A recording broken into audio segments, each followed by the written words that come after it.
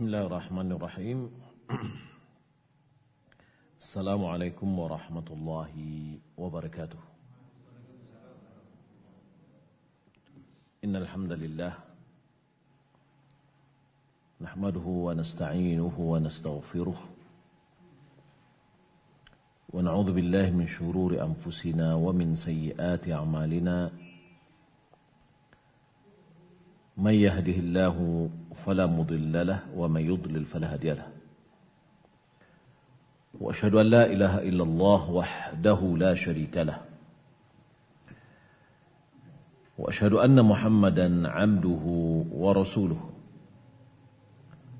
اللهم صل وسلم على نبينا محمد وعلى آله وصحبه أجمعين أما بعد. Kaum muslimin dan muslimat yang dimuliakan oleh Allah Subhanahu wa taala, alhamdulillah,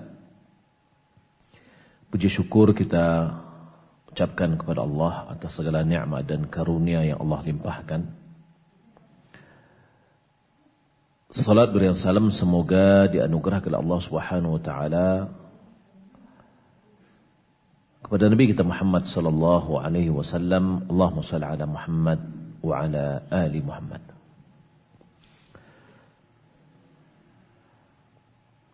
Kita lanjutkan kajian kita dari hadis Arba'in Nawawiyah, hadis yang ke-34.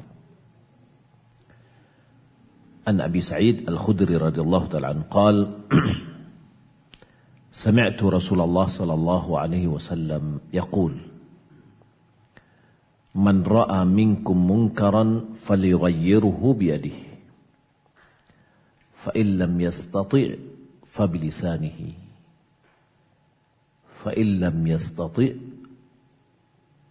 فبقلبه وذلك أضعف الإيمان. Dari Abi Sa'id Al-Khudri, semoga Allah meridainya, dia berkata, aku telah mendengar dari Rasulullah SAW, beliau bersabda, siapa yang melihat di antaramu atau siapa di antaramu yang melihat sebuah kemungkaran, maka hendaklah dia merubahnya dengan tangannya. Fa illam yastati, jika dia tidak mampu merubah dengan tangannya, fa bilisanihi, maka dengan lisannya.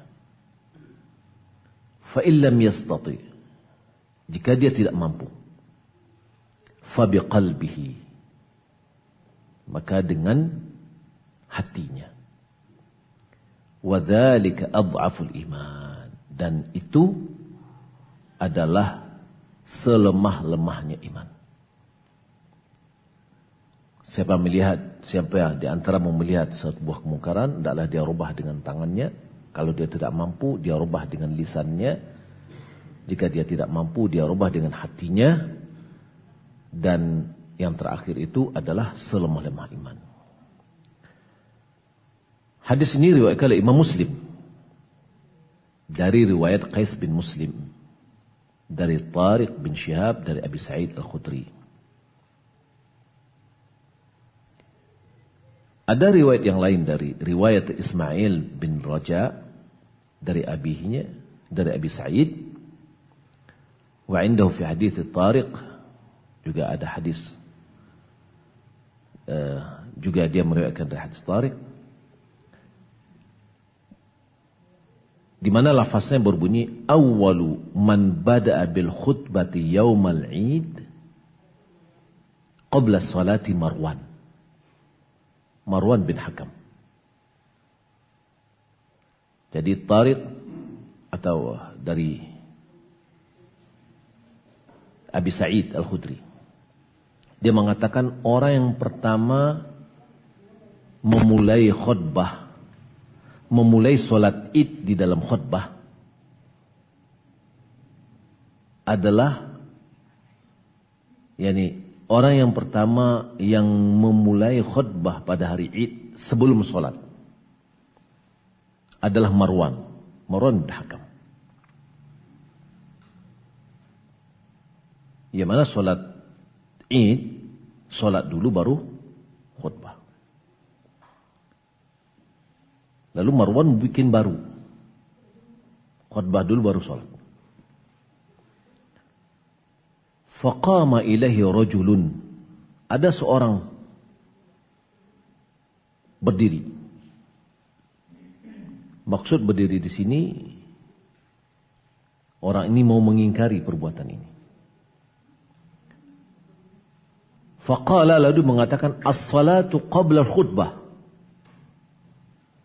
Jadi ketika Marwan nyuruh untuk memulai khutbah, lalu orang tadi mau berdiri, dia mengatakan as-salatu qabla al-khutbah. Salat itu sebelum khutbah. Faqal, Marwan mengatakan pada saat itu, qad turika ma hunalik. Hal itu sudah ditinggalkan. Ya, tradisi itu sudah tinggalkan. Faqala Abu Sa'id, lalu Abu Sa'id Al-Khudri yang hadir pada saat itu, dia berkata, amma hadha, adapun ini, dengan dia mengisyarat kepada orang yang mengingkari Marwan ketika dia mengatakan solat sebelum khutbah. Faqad qadha ma alaihi, sungguh dia telah melunasi kewajiban yang diwajibkan kepadanya. Ya, apa? Mengingkari sebuah kemungkaran. Dengan apa dia ingkari di sini? Dengan lisannya. Tsumma rawa hadzal hadis. Kemudian Abu Sa'id Al-Khudri meriwayatkan hadis ini. Ini sami'tu Rasulullah SAW yaqul, man ra'a minkum munkaran falyughayyir bi yadihi, fa illam yastati' fa bi lisanihi, fa illam yastati' fa qalbi, wa dzalika adhaful iman.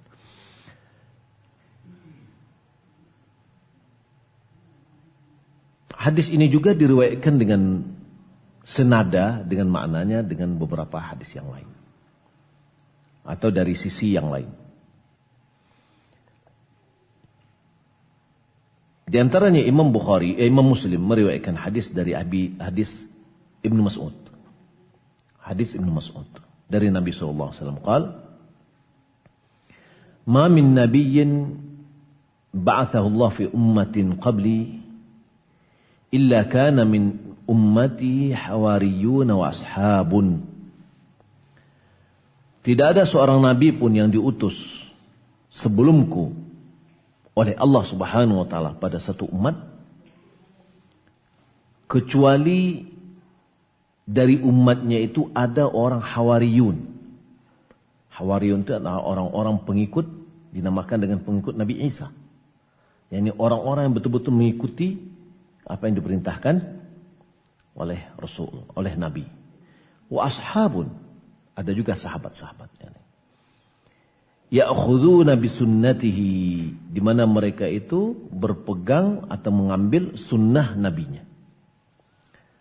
Wa yaqtaduna bi amrihi, mereka mematuhi perintahnya. Thumma innaha takhlufu min ba'dim khulufun. Kemudian ada generasi yang datang setelah mereka. Yaquluna ma la yaf'alun. Generasi itu kondisinya mereka mengucapkan apa yang tidak mereka lakukan. Wa yaf'aluna ma la yu'marun. Ya, mereka melakukan apa yang tidak diperintahkan. Mereka mengucapkan apa yang tidak mereka lakukan. Mereka melakukan apa yang tidak diperintahkan. Faman jahadahum biyadihi, siapa yang melawan mereka, orang yang seperti ini dengan tangannya, fahuwa mu'min, maka orang dia adalah orang yang beriman. Yakni mengingkari mereka dengan tangannya, maka dia adalah mu'min. Wa man jahadahum bilisanihi, siapa yang menghadapi mereka, yang mengingkari mereka dengan lisannya, fahuwa mu'min, maka dia adalah orang mukmin. Wa man jahadahum biqalbihi, siapa yang melawan mereka dengan hatinya, fahuwa mu'min, maka dia adalah orang orang mukmin. Laisa wara'a dzalika minal imani habbatu khardalin. Setelah itu, setelah mengingkari dengan hati itu, tidak ada lagi setelah itu sedikit pun dari keimanan. Ya, sebesar biji darah atau khardal. Sebiji bayam pun tidak ada lagi keimanan. Kalau seandainya tidak ada pengingkaran dengan hati. Maka hadis-hadis ini menunjukkan bahwa wajib mengingkari kemungkaran. Wajib, hadis-hadis ini menunjukkan wajibnya mengingkari kemungkaran. Sesuai dengan kemampuan. Di sini ada tahap-tahapnya. Bahwasanya mengingkari kemungkaran itu dengan hati adalah suatu kenistaan, harus mesti. Ya, mau tak mau. Kenapa? Karena siapa yang hatinya tidak mengingkari kemungkaran, itu menunjukkan hilangnya keimanan dari hatinya.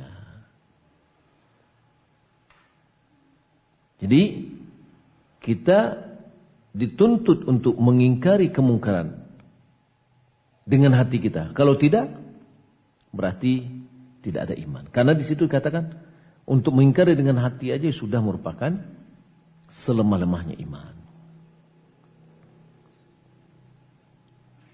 Ibnu Mas'ud pernah mendengar salah seorang berkata, halaka man lam ya'mur bil ma'ruf wa lam yanha 'anil munkar. Celakalah orang yang tidak mengajak kepada ma'ruf dan mencegah dari kemungkaran. Celaka dia. Faqala Ibnu Mas'ud mengatakan, halaka man lam ya'rif biqalbihi al-ma'rufa wal munkar. Celaka orang yang tidak mengenal dengan hatinya yang ma'ruf dan tidak juga mengenal yang mungkar. Ucapan Ibnu Mas'ud ini mengisyaratkan bahwa pengetahuan terhadap ma'ruf dan mungkar itu suatu yang wajib. Suatu yang wajib. Tidak boleh gugur dari seseorang. Yang tidak boleh tidak.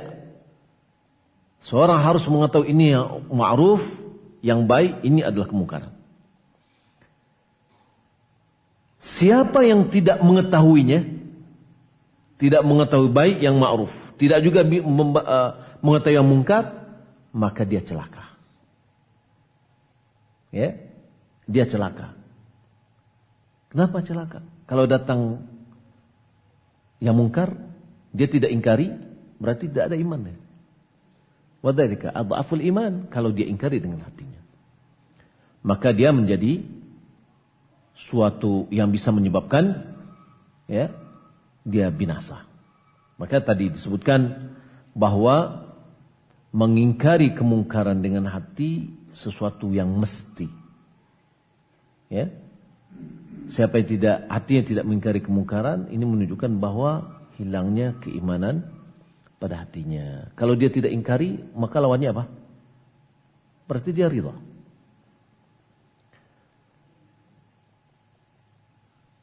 Adapun pengingkaran dengan lisan, dengan tangan, dengan lidah dan tangan, ini wajib apabila atau wajib sesuai dengan kemampuan.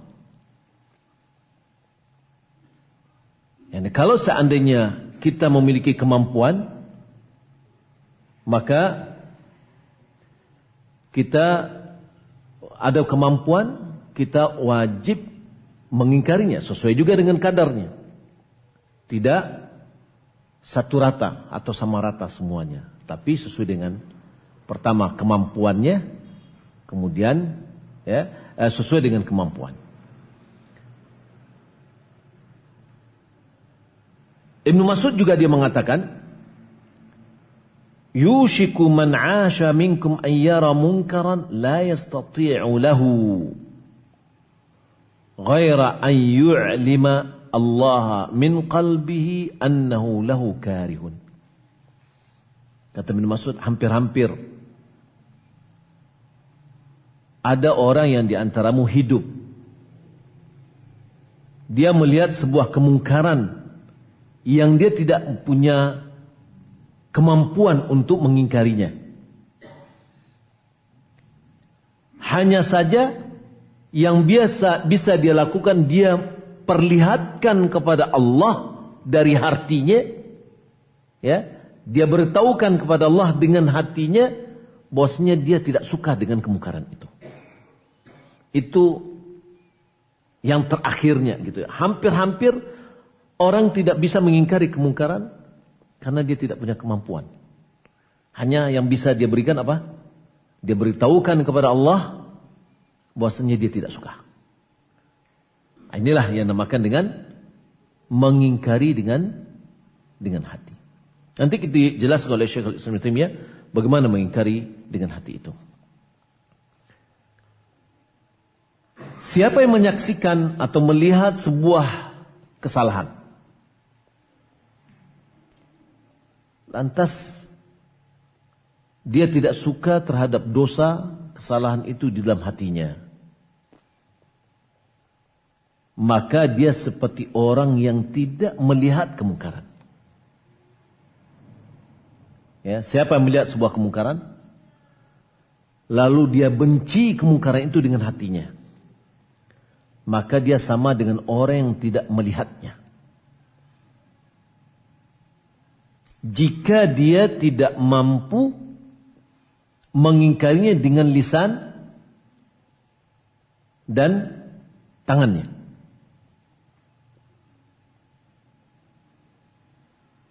Namun, siapa yang tidak melihat kemungkaran? Tadi orang melihat, ketika dia lihat,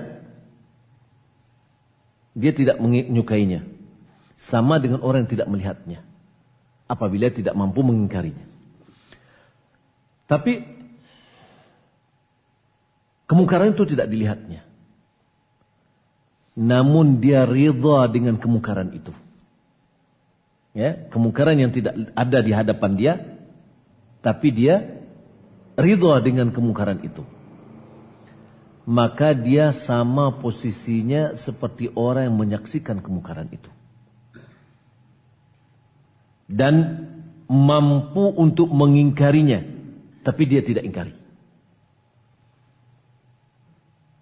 Itu posisinya jadinya.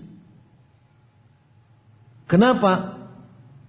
Karena ridha terhadap dosa, ridha terhadap kemungkaran merupakan sesuatu keharaman yang paling jelek. Ridha dengan kemungkaran, ya, adalah sesuatu keharaman yang paling jelek.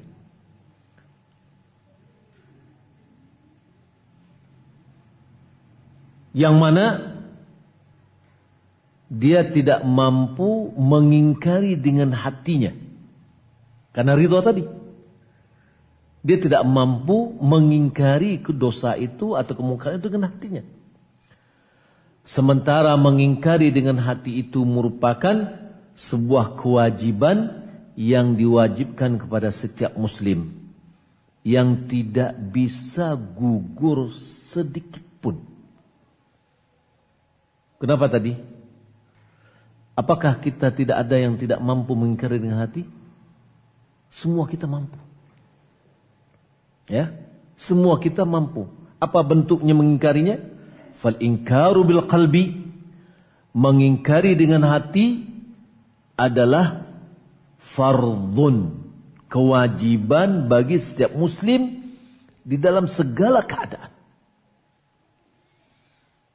Pernah dalam satu majlis dengan Syekh Ibrahim Ar-Ruhaili, ketika ditanya tentang sikap, misalkan kita berada dalam kondisi tertentu, apalagi misalkan acara kenegaraan dan yang lain. Yang kita tidak tahu apa acaranya. Lalu muncul suatu kemungkaran acara di acara itu, gitu loh. Nah, gimana? Mengingkari dengan tangan nggak bisa. Mengingkari dengan lisan juga nggak mampu. Maka ingkarilah dengan hati. Ya, kita tidak suka dengan hal tersebut. Maka mengingkari dengan hati suatu kewajiban bagi setiap muslim kapanpun, apapun keadaannya. Adapun mengingkari dengan tangan dan lisan itu sesuai dengan kemampuan. Syekhul Islam Ibnu Taimiyah di dalam kitabnya Iqtida' Shiratal Mustaqim dia mengatakan wa inkaru al-qalbi, mengingkari dengan hati, huwal imanu bi anna hadza munkarun. Apa makna dari mengingkari dengan hati itu? Yaitu mengimani, meyakini bahwa ini adalah sebuah kemungkaran. Wa karahatuhu lidzalik. Lalu dia membenci, tidak menyukai hal itu. Fa idza hasala hadza, apabila itu ada, terwujud dalam hati, kana fil qalbi imanun, maka di dalam hati ada iman. Fa idza faqada al-qalbu ma'rifata hadzal ma'ruf, apabila hati kehilangan pengetahuan terhadap yang ma'ruf, wa inkarul munkar, dan mengingkari kemungkaran, irtafa'a hadzal imanu minal qalbi, maka terangkatlah iman ini dari hati. Ya, hampir kita melihat kemungkaran banyak. Kadang kita lewat, kadang memang ada di hadapan kita. Maka kalau seandainya kita tidak bisa yang pertama dan yang kedua, maka wajib kita untuk mengingkari, ya, dengan hati, yaitu mengimani bahwasanya ini adalah sebuah kemungkaran. Lalu kita tidak menyukainya. Ini merupakan di antara perkara-perkara yang penting yang perlu diperhatikan pada zaman sekarang, di mana kemungkaran di mana-mana sangat banyak dan sedikit orang yang mengingkarinya.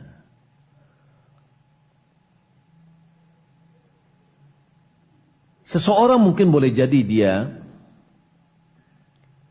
diberi uzur karena tidak bisa mengingkari dengan lisan, dengan tangan dan lisannya. Akan tetapi mengingkari dengan hati, tidak ada alasan atau uzur bagi seorang muslim untuk meninggalkannya. Ya, nggak bisa dia. Kenapa tidak mengingkari dengan hati? Ya, saya tidak mampu. Mungkin ada orang mengatakan mengingkari dari kemungkaran dengan hati itu harus meninggalkan tempat. Mungkin itu tidak mampu dia meninggalkan tempat itu. Ya, untuk menampakkan bahwasanya dia tidak suka, dia tinggalkan itu. Boleh jadi tidak mampu untuk meninggalkan. Tapi mengingkari sebuah kemungkaran, bahwa tadi maknanya adalah mengimani bahwasanya itu adalah sebuah kemungkaran dan dia tidak suka, tidak ada yang tidak bisa. Maka siapa meninggalkan kemungkaran dengan hati, dikhawatirkan iman berpisah dari hatinya. Maka ini wajib bagi seorang muslim untuk mengingkari kemungkaran dengan hatinya, walaupun terkadang dia sendiri jatuh di dalamnya. Ya. Atau keluarganya terlibat. Ya. Namun dia wajib mengingkari kemungkaran itu, dan ini adalah selemah-lemah iman. Seorang suami kadang karena dengan alasan tertentu sebuah kemungkaran yang ada di rumahnya, dia tidak bisa mengingkari terhadap istrinya, tidak bisa sikap tegas, ya. Tapi minimal mengingkari dengan hatinya, ya, itu harus ada terjadi. Kalau tidak, itu menunjukkan bahwa iman itu sudah hilang di hatinya. Ungkapan yungkir biqalbi wa dzalika adhaful iman, siapa yang mengingkari dengan hati itu adalah lemah iman, ini menunjukkan, ya, ini menunjukkan bahwa al-amru bil ma'ruf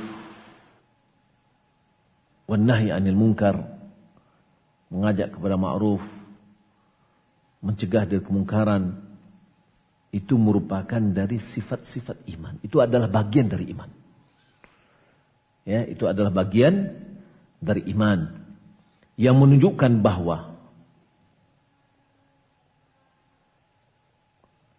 siapa yang mampu melakukan sebuah cabang-cabang keimanan dan dia kerjakan, ya, dia kerjakan cabang-cabang keimanan ini, maka dia lebih afdal daripada orang yang tidak mengerjakannya karena dia tidak mampu. Saya ulangi, anna man qadira ala khislatin min khisal iman wa fa'alaha, siapa yang mampu untuk melakukan sebuah amalan atau sebuah cabang-cabang keimanan lalu dia kerjakan, ya, maka dia lebih afdal daripada orang yang meninggalkan pelaksanaannya walaupun dia punya uzur, ya, walaupun dia punya uzur. Hal ini ditunjukkan oleh hadis Nabi SAW pada ketika Nabi berbicara tentang wanita. Apa kata Nabi? Amma nuqsanu diniha. Adapun kurangnya agama wanita itu, fa innama tamkuthul ayyama wal layali la tusalli. Wanita itu beberapa hari dan malam dia tidak sholat ketika dia datang haid. Apakah dia meninggalkan sholat itu ada uzur atau tidak? Ada uzur. Ya, ada uzur. Berdosakah dia tidak sholat pada waktu dia haid? Tidak. Malahan dia berdosa kalau seandainya sholat pada saat dia haid. Ya. Diisyaratkan kepada hari-hari dia, hari haid ini maksudnya. Ya, di mana para wanita dalam saat dia haid itu dilarang untuk mengerjakan sholat. Tapi tetap juga dikatakan oleh Nabi sebagai itu adalah kekurangan agamanya. Ya, kekurangan agamanya. Walaupun dia punya uzur. Dibandingkan dengan laki-laki yang tidak meninggalkan sholatnya. Baik. Ini menunjukkan bahwa siapa yang mampu untuk mengerjakan sebuah kewajiban lalu dia laksanakan, maka dia adalah orang yang lebih afdal, lebih utama ketimbang orang yang tidak mampu mengerjakan kewajiban itu dan dia tinggalkan, walaupun dia adalah orang yang punya uzur. Ya, walaupun punya uzur. Nah, jadi kalau kita lihat tadi bahwa mengingkari kemungkaran bagian dari iman, maka hendaklah kita mengingkari kemungkaran sesuai dengan kemampuan kita kecuali dengan hati. Dengan hati wajib kita mengingkarinya. Ya, apa makna mengingkari dengan hati? Meyakini bahwa kemungkaran itu adalah sebuah kemungkaran. Yang kita lihat itu adalah kemungkaran, itu adalah kemungkaran. Dan kita tidak suka dengan itu. Dan ini tidak ada alasan ya bagi seseorang untuk tidak mengingkarinya. Lalu sabda Nabi SAW, "Man ra'a minkum munkaran." Kita masuk belum? Sudah. Oke, kita azan dulu. Baik, kita lanjutkan. Qauluhu man ra'a minkum munkaran. Sabda Nabi yang mengatakan, siapa di antaramu yang melihat sebuah kemungkaran. Hadis ini menunjukkan atau lafaz ini menunjukkan akan pengingkaran itu terkait dengan penglihatan. Yani kalau seandainya kemungkaran itu kelihatan, baru kita ingkari, gitu ya. Kalau seandainya kemungkaran itu tidak kelihatan, tertutup, akan tetapi dia mengetahui ada sebuah kemungkaran, dia mengetahui,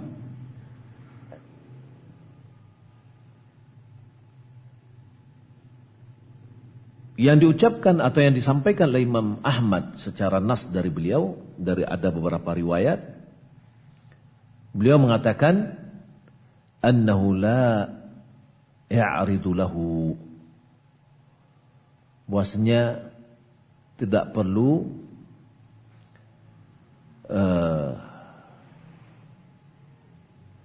menghadangnya, tidak perlu diusik. Wa annahu la yufattishu ala mastaraba bihi, dan dia tidak perlu meng-cross check atau mengungkap ya atas apa yang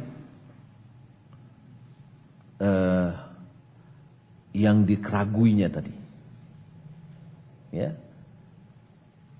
Jadi dia tahu tetapi tertutup, tapi tidak perlu dia untuk membongkarnya.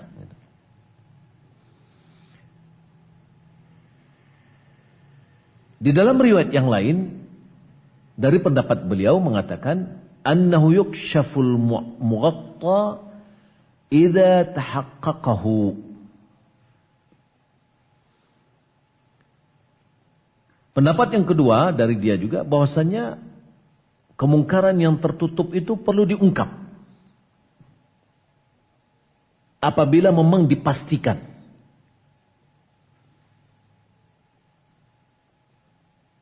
Walau sami'a sawta ghina'in muharramin aw alatin malahi wa 'alima al-makana allati hiya fihi fa innahu yunkiruha li'annahu qad tahaqqaqa al-munkar wa 'alima mawdi'ahu fa huwa kama law ra'ahu. Nassa 'alaihi Ahmad wa qala idza lam ya'lam makanahu la syai'a 'alaihi. Yani sesuatu yang tertutup dan dia ketahui, betul-betul dia pastikan. Kalau seandainya dia mendengar suara nyanyian yang diharamkan atau musik-musik, dia dengar, dan dia tidak lihat, tapi dia dengar. Dan dia mengetahui tempat sumbernya tadi, maka hendaklah dia mengingkarinya. Ya. Kenapa? Karena dia sudah memastikan bahwasanya itu ada sebuah kemungkaran. Nah, dan dia mengetahui di mana sumbernya, tempatnya di mana. Maka dia sama dengan orang yang melihatnya. Lalu apa perbedaannya yang pertama? Yang pertama, dia dengar ada sebuah kemungkaran. Ya. Dia tahu, tapi tertutup. Dia tertutup. Dia mengetahui, tapi ada kemungkinan. Misalkan ada orang minum, misalkan. Dia tahu dia orang minum, tapi di mana dia minum? Di rumahnya.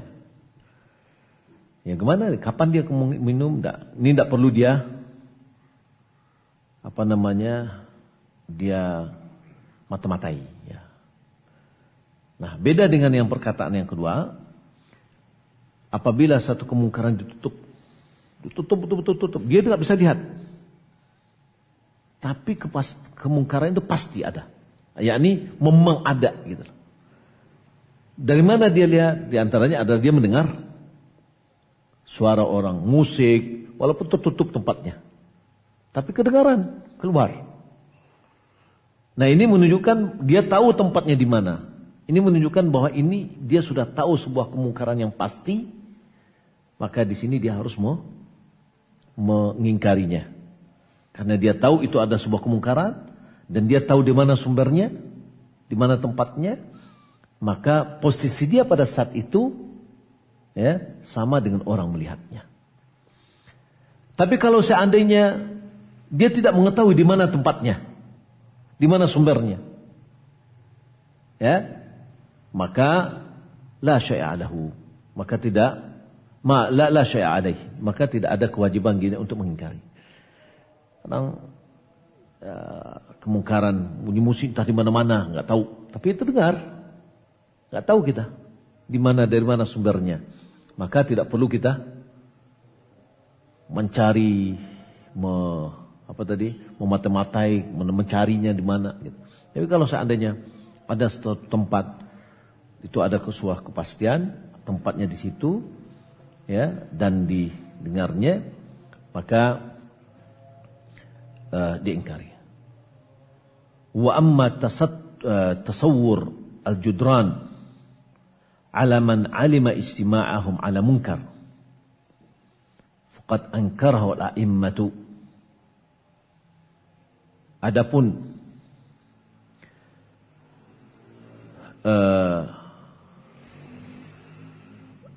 terpagari oleh dinding, ya, terhadap orang yang mengetahui berkumpulnya mereka dalam sebuah kemungkaran. Dia tahu ada kemungkaran, ya, maka para a'immah, ya, mengingkari hal yang demikian. Ya, seperti Sufyan Ats-Tsauri wa ghairuhu wa huwa dakhilun fi tajass. Maksud di sini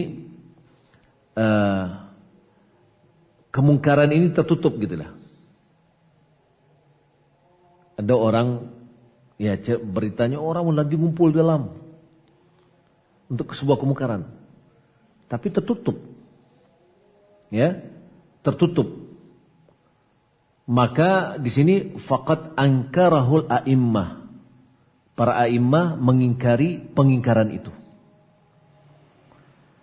Mithal Sufyan Ats-Tsauri ghairu wa huwa dakhilun, dia masuk dalam hal ini, masuk dalam fit tajassusi manhi anhu.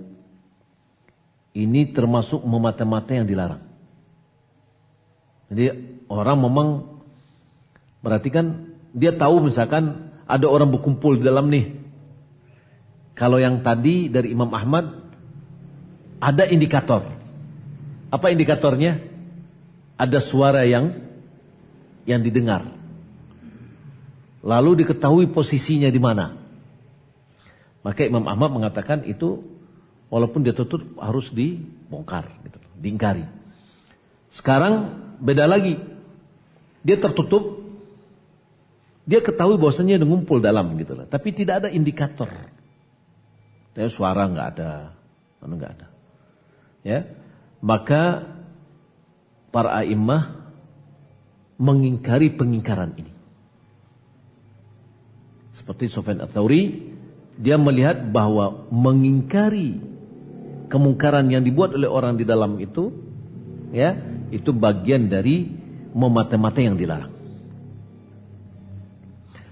Waqad qila Ibn Mas'ud, ada yang berkata kepada Ibn Mas'ud, inna fulanan taqturu lihyatu khamran.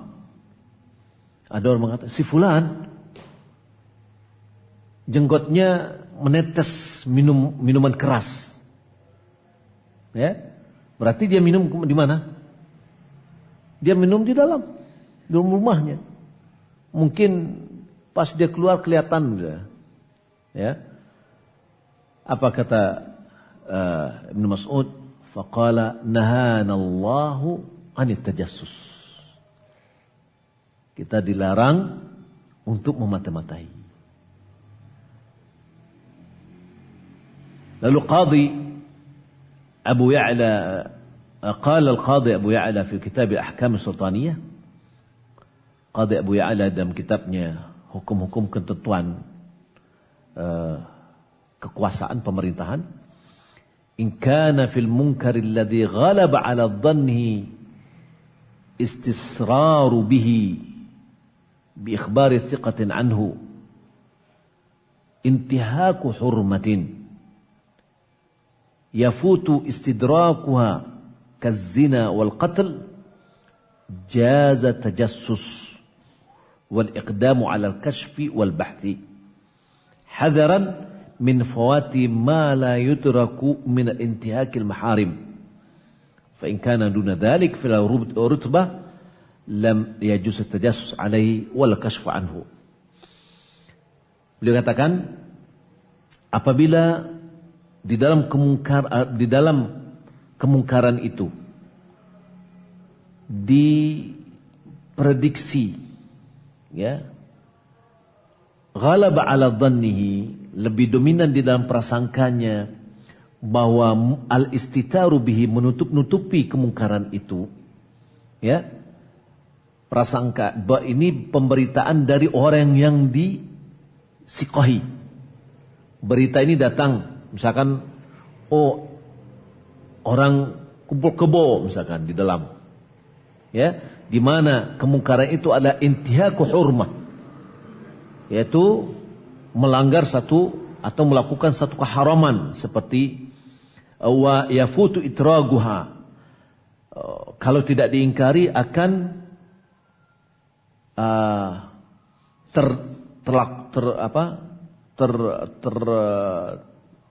terjadilah suatu kemungkaran tadi ya, seperti berzina atau ada pembunuhan ya. Misalkan ada orang yang menangkap yang lain mau membunuh dia lalu dapat informasi secara siqah ya, maka jaza tajassus, boleh memata-matai dalam hal ini. Kalau dalam prasangkanya itu bahwa kemungkaran tadi akan melakukan sebuah intihakul hurmah ya, wal iqdamu 'ala al-kashfi wal bahthi, boleh untuk mengungkap dan mencari-carinya, hadaran min fawati ma la yustadraku min intihakil maharim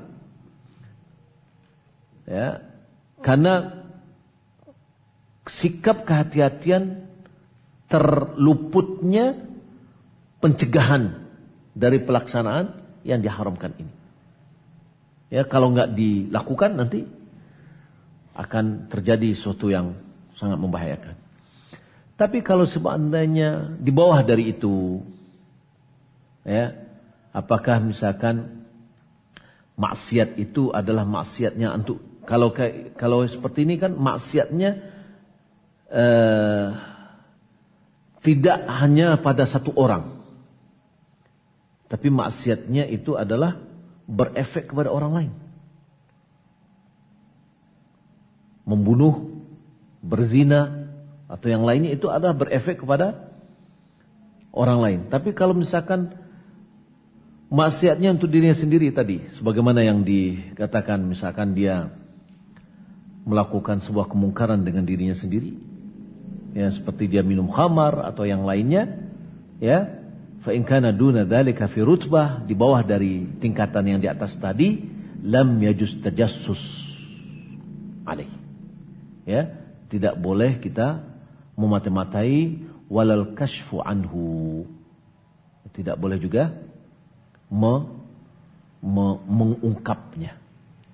Tapi kalau seandainya seperti tadi perbuatan berzina, membunuh, menganiaya orang dan yang lainnya, ya, maka ini kalau seandainya kita punya prasangka yang lebih, ada berita-berita yang menyebabkan dominan prasangka kita bahwasanya ini memang benar dari pemberitaan orang-orang yang dipercaya, maka boleh kita mengungkapkannya. Ya, tadi diantaranya adalah sekarang misalkan rumah-rumah kos, ya, lalu ada seorang laki-laki masukkan orang perempuan kamarnya, dan ada pemberitaannya orang psikopat, atau misalkan kelihatan di CCTV dia mau membawa, maka kalau begitu boleh menggerbeknya, ya, boleh untuk memata-matainya, kemudian mengingkari kemungkaran sebelum ya terjadi hal yang tidak diinginkan.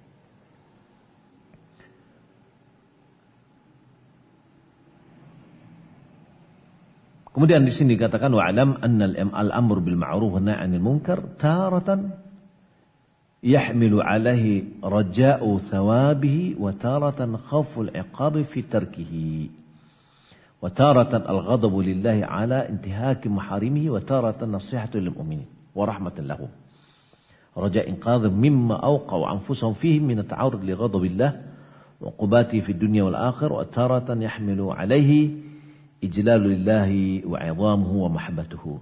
Ketahuilah, kata Ibnu Rajab, bahwa dalam mengingkari kemungkaran, mengajak kepada yang ma'ruf, mengingkari kemungkaran, terkadang motivasi yang ada di dalamnya didorong oleh karena ingin mendapatkan pahala. Kita mengajak orang kepada sesuatu atau mengingkari seorang dari kemungkaran karena kita ingin mendapatkan pahala. Terkadang motivasinya khauful iqab fi tarkihi, khawatir datangnya sanksi dari Allah kalau kita tinggalkan, kalau kita biarkan. Ya. Wataratan, dan terkadang takut datangnya kemurkaan dari Allah atas terlaksananya sebuah kemungkaran. Dan terkadang adalah yang mendorongnya nasihat kepada orang mukmin, sikap kasih sayang dengan mereka. Karena kita kasihan kepada dia, makanya kita mencegah dia dari kemungkaran atau mengajak dia kepada yang ma'ruf. Dan harapan untuk menyelamatkan mereka dari apa yang mereka jerumuskan diri mereka di dalam, ya, mendapatkan azab atau iqab dari Allah Subhanahu wa taala. Baik hukumannya di dunia maupun di akhirat. Dan terkadang amar nahi munkar itu motivasinya adalah untuk mengagungkan Allah dan mencintai Allah Subhanahu wa taala. Ini dia berbicara tentang motivasi atau apa motif dari kita melakukan amar ma'ruf nahi munkar. Wa bi kulli halin yata'ayyanu ar-rifqu fil inkar. Dalam seluruh keadaan wajib ada sikap lemah lembut di dalam mengingkari kemungkaran.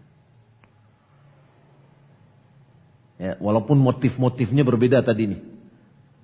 Ada yang motifnya dan didapatkan pahala.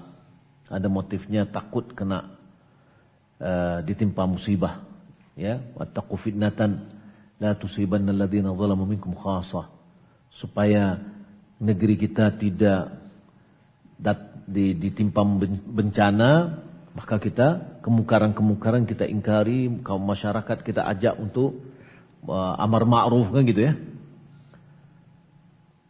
Maka di dalam mengingkari kemungkaran ini wajib ada sikap, ya, ar-rifq, berlemah lembut, bersikap bijaksana. Qala Imam Ahmad, an-nasu muhtajuna ila mudaratin wa rifqin fil amri bil ma'ruf bila ghalzatin illa rajulun mu'linun bil fisq. Manusia itu membutuhkan kepada siasat. Mudarah itu adalah siasat, ya, membutuhkan sikap yang lemah lembut dalam amar ma'ruf nahi munkar, dalam sikap amar ma'ruf bila ghalzatin, tidak ada unsur kekerasan, ya. Mengajak orang kepada ma'ruf itu butuh, ya, lemah lembut, tidak dengan sikap kasar. Illa, kecuali rajulun mu'linun bil fisq, orang yang terang-terangan membuat kefasikan. Fala hurmata lahu, maka tidak ada kehormatan untuknya. Ya. Bagaimana dengan orang yang sembunyi-sembunyi dalam maksiat? Ya. Sembunyi-sembunyi dalam maksiat, dia sudah berusaha untuk menutup dirinya. Tapi orang ini, walaupun dia sebenarnya terang-terangan di hadapan Allah, kan gitu ya, tapi dia sudah menutup dirinya untuk bermaksiat. Tapi orang yang terang-terangan di dalam bermaksiat di hadapan Allah, di hadapan manusia, maka tidak ada kehormatan baginya. Qal, Muhammad juga mengatakan, wa kana ashabu bin Mas'udin idza marru biqaumin yarawna minhum ma yakrahun yaqulun mahlan rahimakumullah, mahlan rahimakumullah. Murid-murid Ibnu Mas'ud apabila dia melewati satu kaum yang mereka melihat di antara mereka yarawna minhum ma yakrahun, mereka melihat apa yang tidak disukai, mereka melakukan apa yang tidak mereka sukai, lalu sahabat-sahabat Nabi, sahabat-sahabat atau murid-murid Imam Ibnu Mas'ud ini mengatakan mahlan, ya, apa bahasa kitanya itu ya,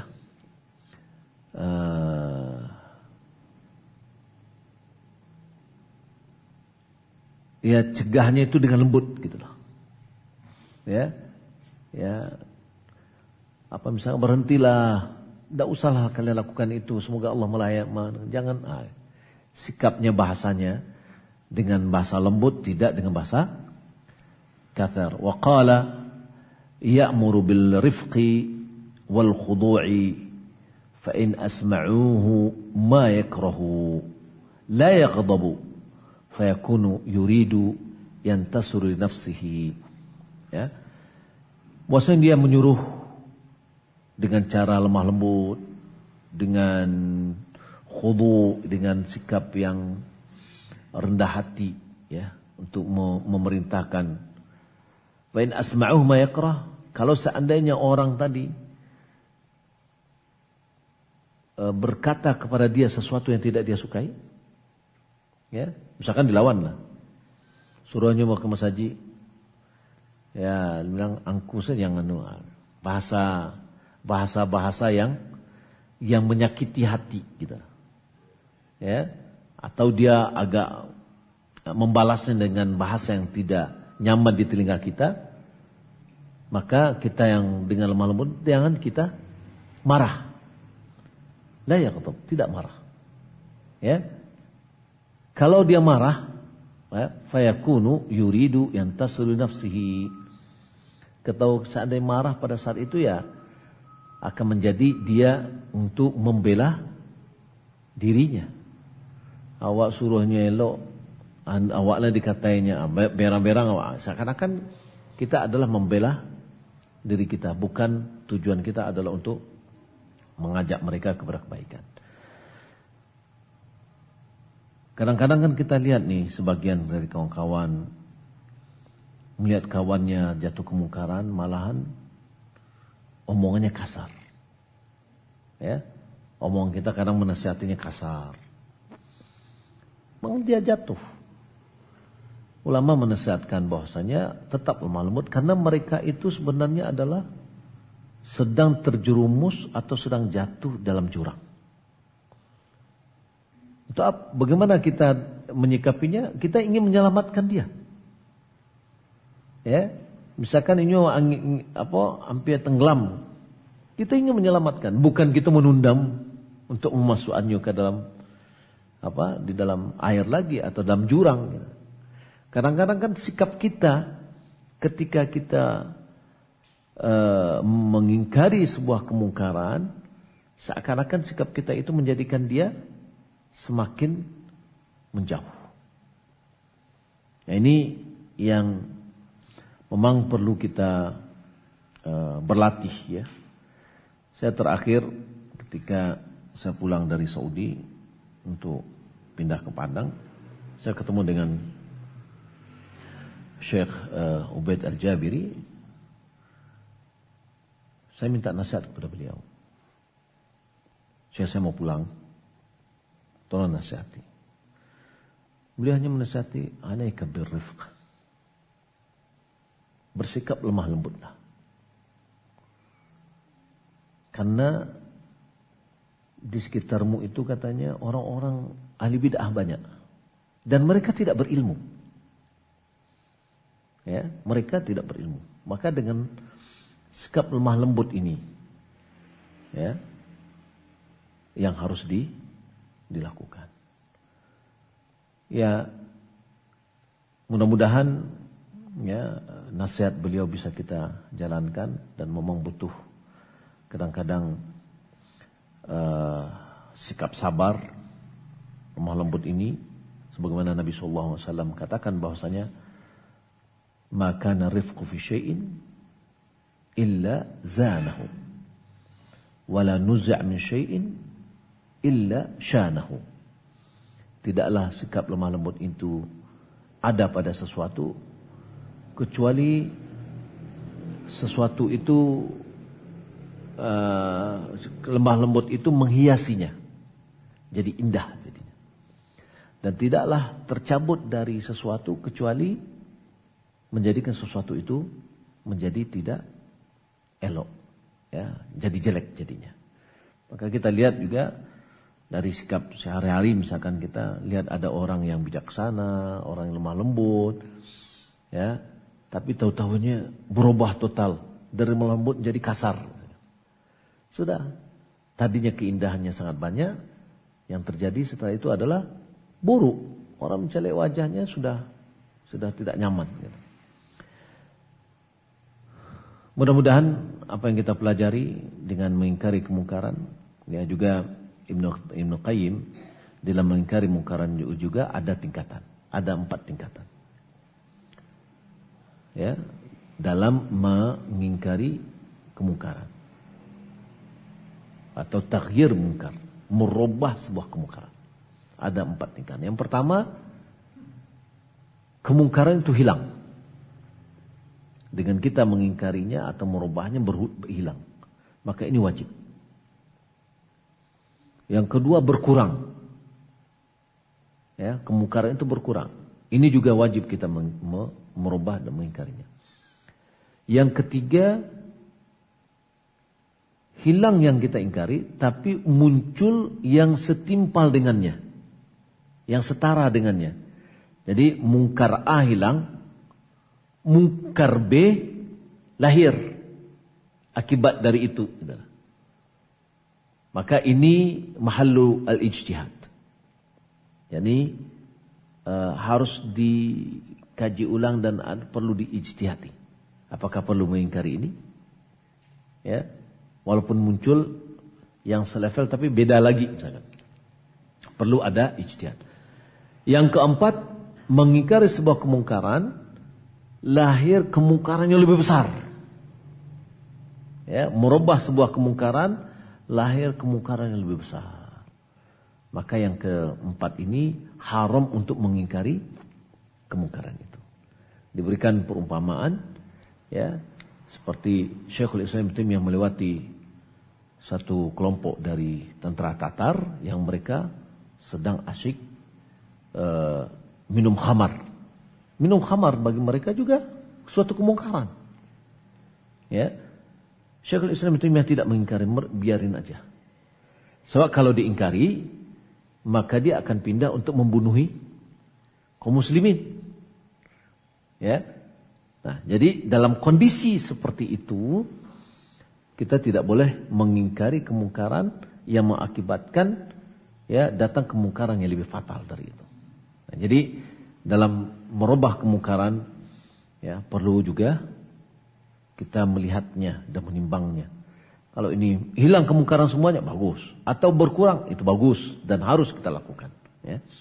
Dan kembali lagi tingkatan pengingkaran kemungkaran tadi juga mengingkari dengan tangan dan lisan. Itu kembali kepada kemampuan. Hatta dalam rumah tangga. Dalam rumah tangga boleh jadi orang tua pada saat anaknya masih kecil, dia masih mampu untuk mengingkari kemungkaran yang dilakukan oleh anaknya.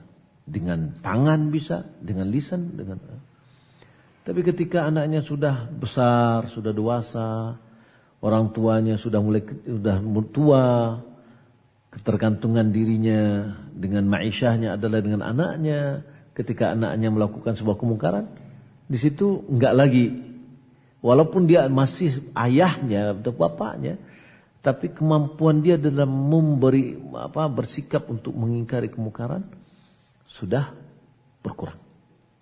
Ya, sudah berkurang, tidak mampu lagi dia. Banyak kekhawatiran. Maka dalam hal ini dia ingkari dengan hatinya. Jadi dengan hati semua kita wajib mengingkari sebuah kemungkaran itu dengan hati kita. Wallahu ta'ala alam. Sallallahu Muhammad wa ala alihi wa sahbihi ajma'in.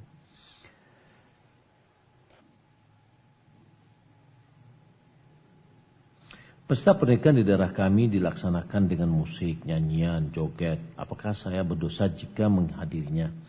Namun saya duduk jauh dari panggung musik tersebut, khususnya pada pesta pernikahan kerabat saya dan kerabat suami saya. Saya tidak bisa menolak untuk membantu hal-hal yang mubah seperti masak di dapur atau yang lainnya. Balik lagi. Pertama, kita lihat pasti kita tidak bisa mengingkarinya dengan tangan. Pasti kita tidak bisa mengingkarinya dengan lisan. Ya. Kalau kita tidak hadir, ada lagi efeknya. Putus silaturahmi. Ya, putus silaturahmi atau sikapnya efeknya panjang gitu. Maka dalam hal ini ya, kita ingkari dengan hati. Bahwasanya apa yang mereka lakukan itu ada sebuah kemungkaran. Itu tadi yang sudah kita pelajari. Karena kalau kita tiba-tiba nggak hadir, tidak berkotoan nih, putus hubungan.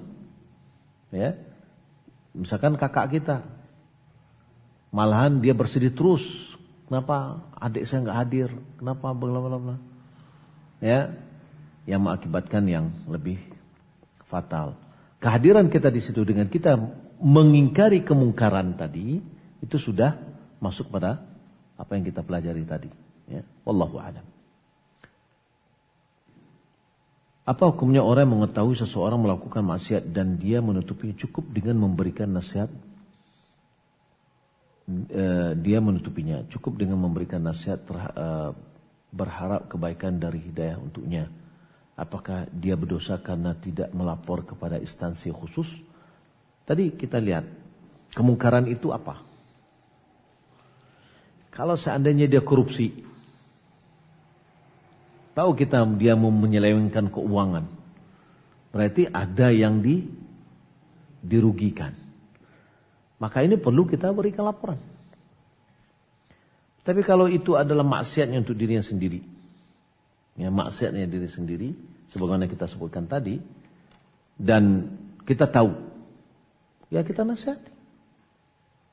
Kita nasihati, seperti yang tadi kita nasihati, tidak perlu kita laporkan.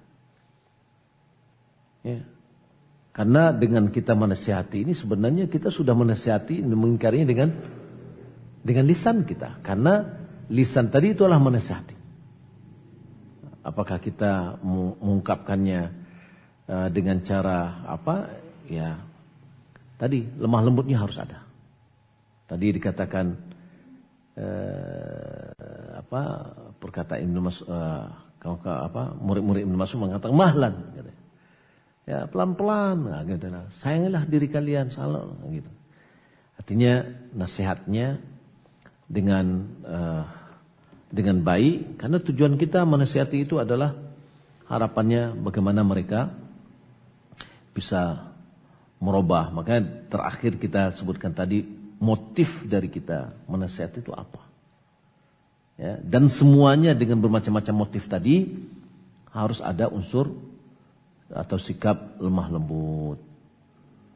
Wallahu a'lam.